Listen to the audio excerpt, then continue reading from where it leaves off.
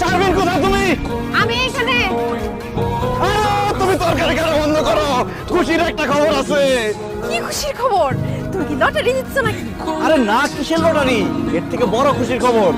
ও মা গো মা, এর থেকেও বেশি খুশির খবর। উফ, খুশির খবরটা শোনার জন্য আমার মন টানটান করতেছে। কি খুশির খবর, তাড়াতাড়ি কও। তোমার আব্বা মারা গেছে। ও কি? আমার আব্বা মারা গেছে? হ্যাঁ, তোমার আব্বা মানে আমার শ্বশুর মারা গেছে। শারমিন, এরকম একটা খুশির দিনে তুমি মরা কান্না শুরু করলা কেন? চুপ করো, আমার আব্বা মারা গেছে, আমি কান্নাকাটি করবো না তো কি নাচানাচি করবো? অসভ্য, ইতর, বদমাইশ, ফাজিল লোক। এই, আমার বাপ মারা গেছে, তুমি কিভাবে বললা যে এটা একটা খুশির খবর? তোমার তো কোনো ভাই নাই, তোমার বাবার সহায় সম্পত্তির মালিক এখন কে হবে? তার মেয়ের জামাই না? আর একজন মেয়ের জামাই হিসেবে এটা আমার জন্য খুশির খবর না?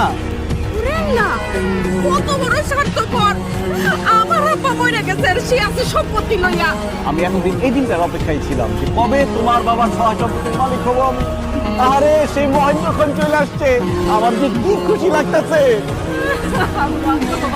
এখন এসব মরা কান্না বাদ দিয়ে তাড়াতাড়ি তোমাদের বাড়িতে চলো, তাহলে তোমার বোন আর হারাম করতে হবে, সব সম্পত্তি দখল করে নিবো। তাহলে আসো। আরে আগুন জ্বলতেছে তো চলে।